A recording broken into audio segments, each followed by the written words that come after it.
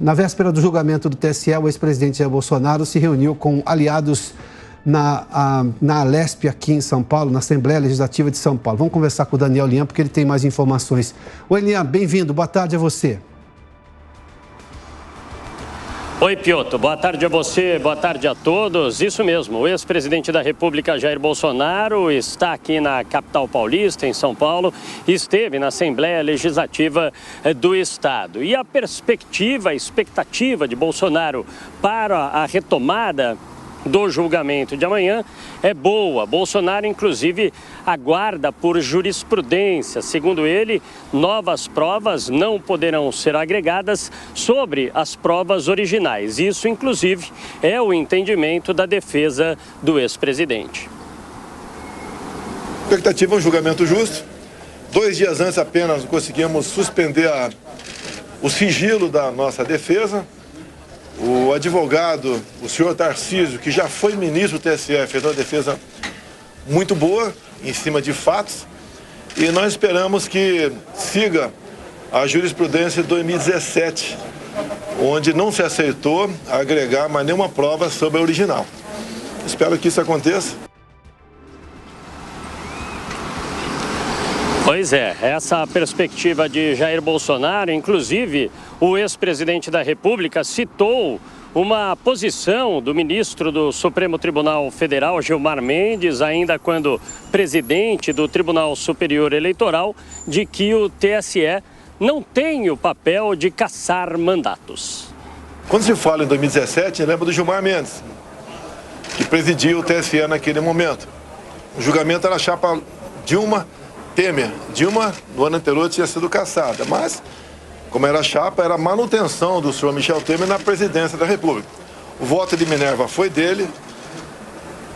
Por coincidência, o meu advogado Tarcísio era ministro do Supremo, do TSE também, e votou pelo arquivamento da denúncia.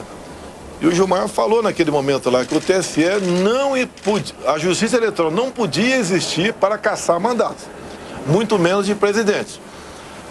Bem, eu não sou mais presidente. A tese do meu advogado, a defesa, baseada na lei, foi que caberia multa. E eu já fui multado no meu CPF em R$20 mil com aquela reunião com embaixadores. Pois é, e ainda sobre essa reunião com embaixadores, Bolsonaro rejeita o fato, essas acusações de que teria atacado a democracia. Segundo o ex-presidente da República, foram feitas sugestões naquela ocasião e não ataques à democracia. Hoje ele esteve aqui na capital paulista, reunido com boa parte da bancada de seu partido, parlamentares do PL, e essa reunião ocorreu aqui na Assembleia Legislativa do Estado de São Paulo. Piotr. Muito obrigado, Lian. Bom, tá aí, portanto, o que disse o ex-presidente Jair Bolsonaro. A gente está em contato, só estamos aguardando fechar o sinal com a deputada Bia Kicis, do PL, lá do Distrito Federal, que foi, inclusive, presidente da Comissão de Constituição e Justiça tempos atrás, durante o mandato de Jair Bolsonaro. Ela é deputada na Câmara, né? Comissão de Constituição e Justiça da Câmara. E o presidente faz uma alegação aí que espera que o julgamento seja justo e técnico, porque ele quer que a jurisprudência, ou seja, o entendimento que já tem o TSE de um caso semelhante, seja de 2017. Lá naquele momento estava sendo julgada a chapa Dilma Temer. A presidente Dilma já tinha sofrido o processo de impeachment, assumiu o vice, conforme determina a lei. Mas se houvesse a cassação da chapa, Temer também seria deposto do cargo. E aí seria necessário, naquele momento, se convocar novas eleições. O TSE entendeu, e ele lembra exatamente dessa frase lá, de um dos ministros, exatamente Gilmar Mendes, que foi o voto Minerva, dizendo que o TSE não serve para cassar, não deveria servir para cassar mandato de presidente da República. Presidentes da República são julgados, inclusive, são julgados dentro do Congresso Nacional. Processos de impeachment, é assim que a Constituição determina. Claro, ele não é mais presidente, mas neste caso especificamente, você pegar e torná-lo inelegível neste momento, esse julgamento poderia ter acontecido lá atrás também, durante o mandato dele. Está acontecendo agora nessa situação que ele já não ocupa nenhum cargo público, mas 8 anos de inelegibilidade para o presidente, o ex-presidente Jair Bolsonaro, significaria completamente a aposentadoria da vida pública, na idade que ele tem. Mas, enfim, obviamente são 8 anos. 8 anos inviabiliza, por exemplo, de concorrer às eleições municipais que temos no ano que vem, a próxima eleição presidencial, mais uma eleição municipal e outra eleição presidencial neste momento. Ou seja, é um tempo bastante longo que inviabiliza completamente qualquer anseio político por parte do presidente com ocupação de cargo, ou seja, concorrendo a uma eleição. Fato é que nós temos, né? A pergunta é se vai ser um julgamento técnico ou não, porque naquele momento da jurisprudência de 2017 não foi aceito depois nenhuma outra prova, nada mais, era só o fato gerador do processo.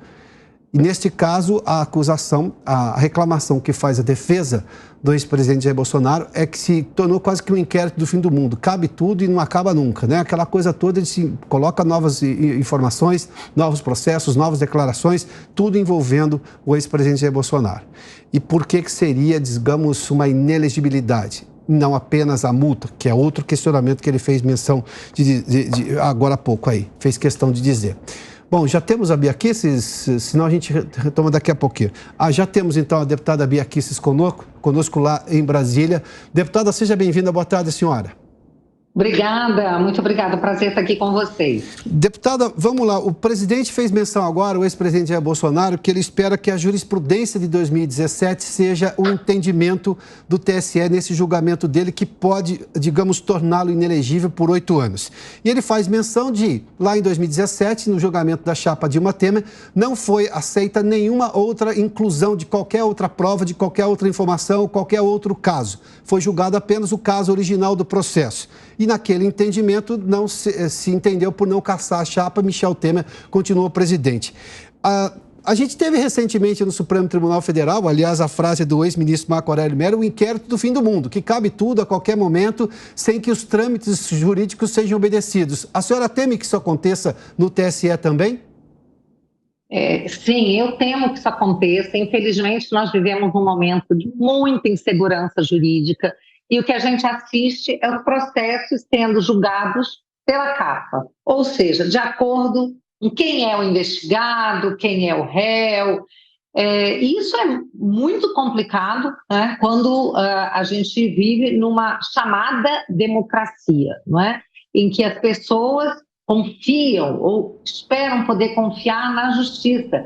Afinal de contas, o TSE e o Supremo são a última instância a quem se pode recorrer. Então, eu temo, sim, por um julgamento que não seja justo, porque é o que nós estamos assistindo já faz tempo. Tá, deputada, a senhora é da área jurídica, a senhora é do Ministério Público, hoje deputada. A lógica da justiça é ter alguma previsibilidade, e a previsibilidade é a lei pacificada. Óbvio que a promotoria tem um entendimento, a defesa tem outro, e daí, obviamente, se digladiam ali no tribunal e o juiz vai chegar a alguma conclusão. Mas a gente está tendo esse tipo de previsibilidade, porque me parece que essa previsibilidade é que não se tem mais. A senhora fez menção, está se julgando com a capa. Bom, mas isso a gente está voltando quase ao rei que julgava, dependendo de quem fosse a ele. Você é culpado ou inocente, mas não se tinha uma previsibilidade. Dependia do humor do rei, inclusive. Mas a gente vive numa democracia, isso não pode ser admitido. Bom, só uma pequena correção. Eu fui procuradora do Distrito Federal por 24 anos, mas uma carreira que não pertence ao Ministério Público, procuradora de Estado. Realmente, sempre a lei ela tem que ser genérica, né? Abstrata, genérica, e a interpretação da lei ela não pode fugir do texto legal. E o que a gente está vendo hoje é que não estão fazendo interpretação legal, estão legislando. Hoje a gente tem o Supremo Tribunal Federal que legisla, o STJ que legisla, o TSE que legisla, e nós, legisladores, né, vendo as nossas atribuições sendo usurpadas. Então isso é gravíssimo. A própria democracia e a república, né, estão sendo o tempo todo ameaçadas e até violadas. Isso tem sido uma das coisas que eu tenho repetido muitas vezes no parlamento já há muito tempo. E, infelizmente, agora isso está de uma forma muito acelerada, né? Mas isso começou lá atrás, não começou agora não, veio vindo, né? Mas como se diz, ninguém tira as nossas liberdades de uma vez, isso vem vindo aos poucos. E agora chegamos num ponto em que a gente assiste a algo inacreditável o ex-presidente Bolsonaro, que onde vai é aclamado pelo povo, é querido, né? Correndo o risco de ficar inelegível por 8 anos, e aí não é só com ele que estão mexendo com o povo brasileiro, que estão tirando do povo o direito de escolher o seu representante.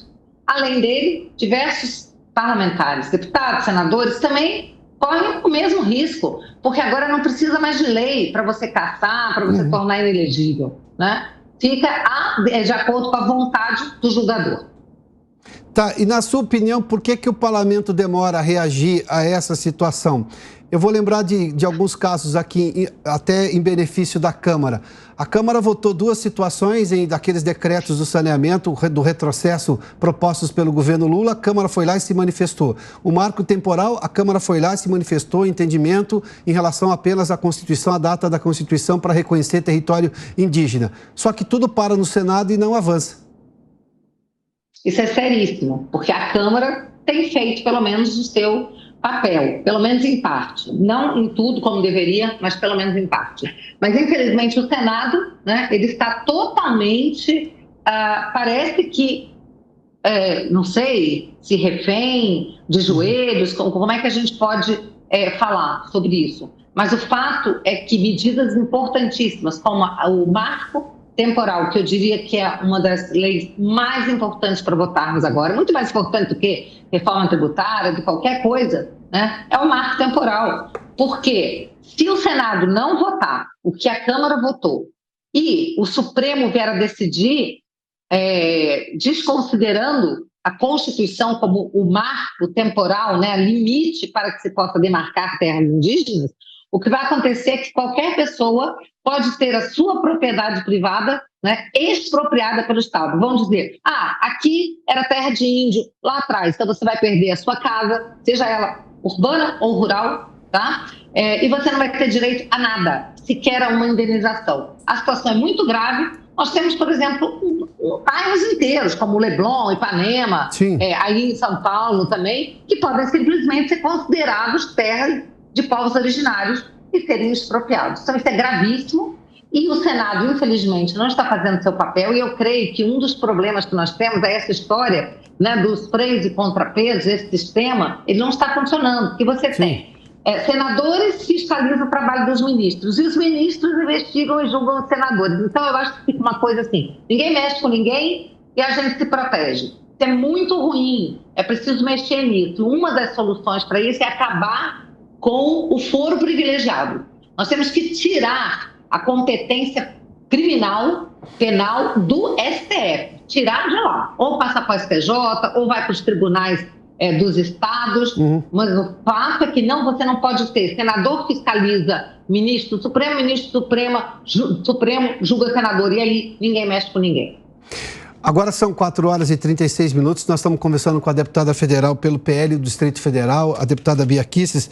Deputada, só voltando à questão do ex-presidente Jair Bolsonaro, desse julgamento que será retomado amanhã no Tribunal Superior Eleitoral, diante do que for o entendimento do TSE, imaginando da possibilidade de perda de direitos políticos do ex-presidente, levando-se em conta não se levar a lógica da jurisprudência de 2017, ou seja, configurar-se muito claramente ou dar a entender um julgamento político, a senhora acha que o Congresso pode reagir em relação a isso? Se bem que a Câmara pode reagir numa votação de uma lei ou de uma anistia e parar no Senado novamente. Esse é o assunto que nós estamos tratando aqui. Mas a senhora imagina que o Congresso pode reagir a o que ele pode julgar excessos do Poder Judiciário? Eu acho que a gente já aprovou, inclusive, o Código Eleitoral que tira esse poder do TSE de ficar legislando, regulamentando aí por portarias e resoluções. Isso também está parado no Senado. Mais uma para você ter conhecimento. O Código Eleitoral, que foi votado pela Câmara já há mais de um ano, ele retira do TSE esse poder de ficar criando legislação, criando normas por meio de resolução. Está parado no Senado. Então, o que o Congresso vai fazer, como vai reagir, eu não sei. O povo brasileiro, como vai reagir, eu não sei. Mas o fato é que nós não podemos ficar aceitando esse tipo de coisa, porque isso está acabando com a democracia. Hoje, o povo vai, apesar de uma eleição totalmente iníqua, onde um lado podia tudo, o outro não podia nada, tinha suas redes derrubadas, postagens removidas, tá?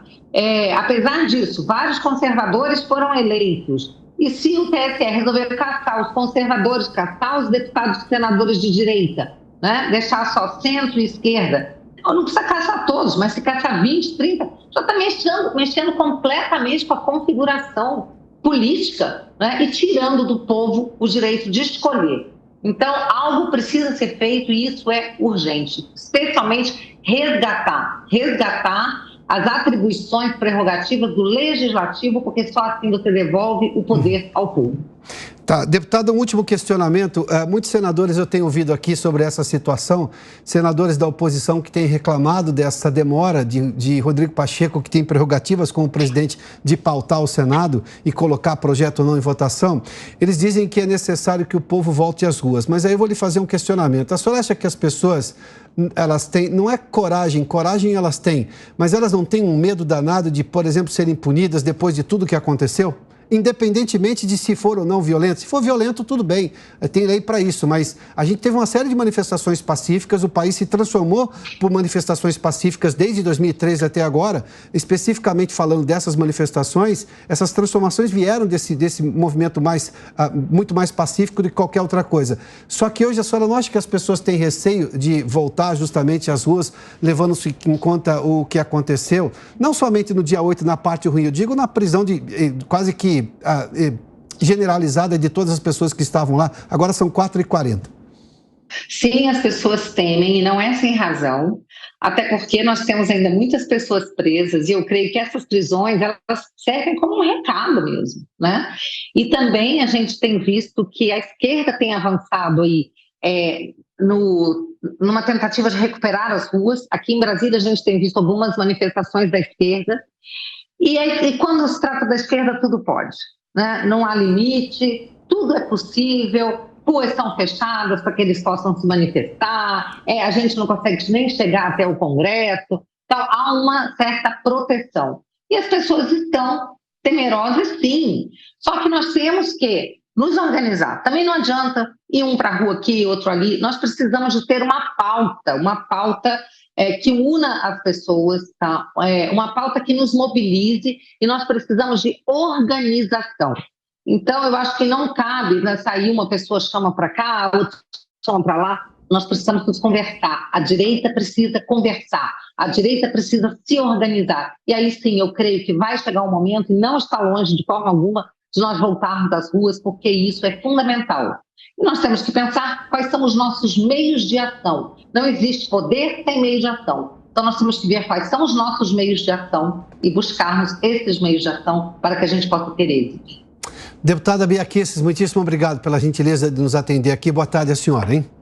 Uma boa tarde a toda a audiência. A deputada Bia Kicis é do PL do Distrito Federal, foi presidente da Comissão de Constituição e Justiça no mandato passado, foi reeleita agora e, obviamente, a correção que ela fez aqui, ela não fez parte do Ministério Público, e sim da Procuradoria-Geral do Estado, no caso do Distrito Federal.